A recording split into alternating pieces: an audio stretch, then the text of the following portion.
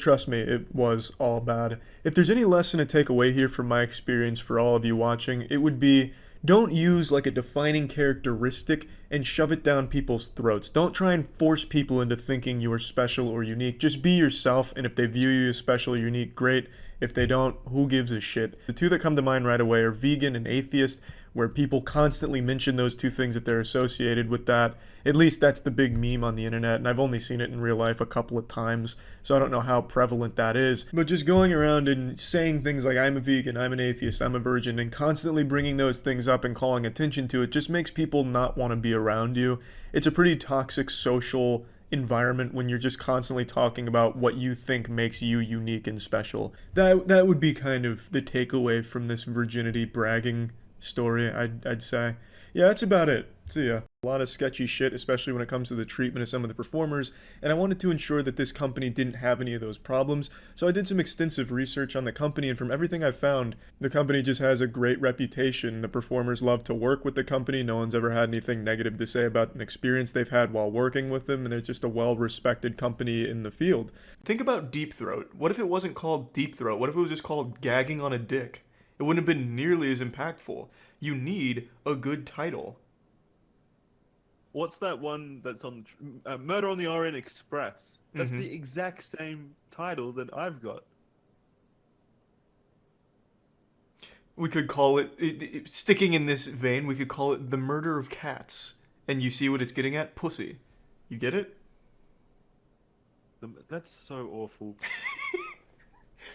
That is downright awful. No one's gonna click on a video called The Murder of Cats. What is wrong with you, you sociopath?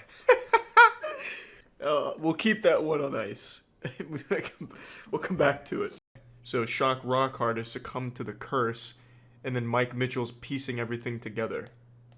To sex, like what kind of clue do you leave behind? Usually in sex, it's only ever really condoms. So would there just be condoms around in each room? Detective Mitchell has like a force power where he touches a condom and it has a force division of the fucking. That's not a bad idea. I like that. Yeah. His eyes roll into the back of his head. Camera pans into his skull. Maybe we could do something with Dr. Zachariah Good Sensation. A middle-aged to explain for the behind the scenes. Dr. Zachariah Good Sensation is a middle-aged scientist on the verge of a scientific breakthrough. He has been testing a hypothesis that ensures explosive female orgasms. Perhaps this event was the perfect place to test his theory. Or perhaps he's being framed by someone who wishes to discredit his work. Only time in that used condom. I don't remember writing any of this at all.